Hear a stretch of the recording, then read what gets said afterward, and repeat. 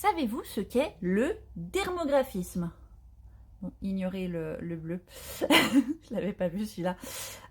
Comme vous allez le voir à l'image, si vous avez la possibilité de voir, le trait que j'ai fait va devenir blanc puis rouge, et ça, c'est le dermographisme. C'est littéralement le fait de pouvoir écrire sur sa peau, d'avoir une peau très réactive et qui marque vachement bien.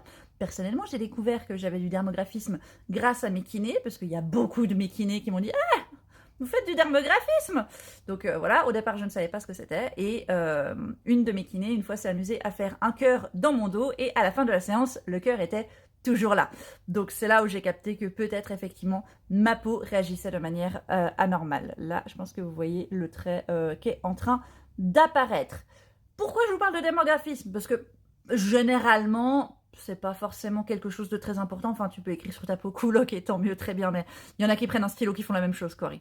La raison pour laquelle j'en parle, c'est que déjà, c'est fréquent dans le syndrome d'air dans l'os, et on sait à quel point j'aime parler du syndrome d'air dans l'os et des troubles du spectre de l'hypermobilité, on se connaît un peu maintenant.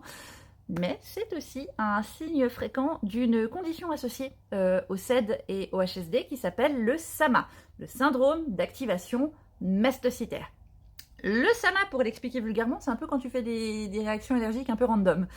Ce qui est particulièrement intéressant, c'est que quand tu fais ce genre de réaction, puis que tu fais des tests allergiques, puis que les tests allergiques disent que tu es allergique à rien, moi je dis ça penche SAMA dans ces cas-là, surtout si tu as un syndrome d'air dans l'os.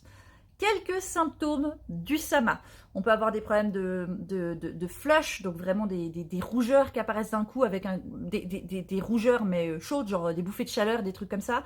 Des rougeurs cutanées, des démangeaisons, de l'urticaire qui récidive, il peut y avoir des problèmes gastro-intestinaux. Bon, ça vous me direz, oui, mais il y a déjà tellement de trucs avec les trucs gastro-intestinaux dans le SED. Alors oui, c'est vrai, mais ça peut en faire partie si vous avez des problèmes de diarrhée, de constipation, des crampes intestinales, des ballonnements et tout. C'est possible que ce soit aussi lié, et voilà. Il peut y avoir des problèmes de le nez bouché, l'asthme, tout ce qui est allergie, voilà. Des problèmes au niveau des yeux avec des conjonctivites fréquentes, enfin bref. Ça fait penser à des symptômes qui peuvent être des allergies.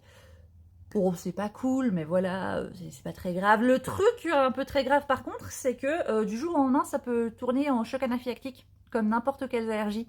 Il y a plein de gens qui pensent que les allergies, c'est pas grave. Parce que, voilà, ça picote un peu les yeux, t'éternues, c'est pas cool, patati patata. Les allergies, c'est important à ce qu'il y ait des traitements. Et c'est pareil pour le SAMA. Parce que il est possible de faire un choc anaphylactique.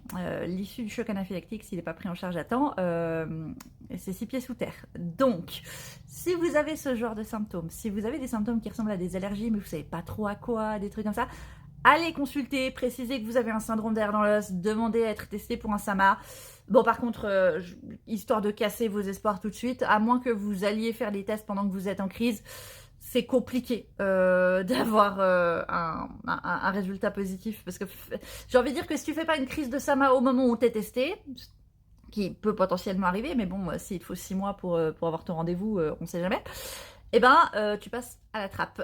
Voilà, donc renseignez-vous sur cette condition, le syndrome d'activation mastocytaire, abréviation SAMA. C'est une comorbidité fréquente du syndrome d'air dans l'os et d'autres troubles en lien avec l'hypermobilité.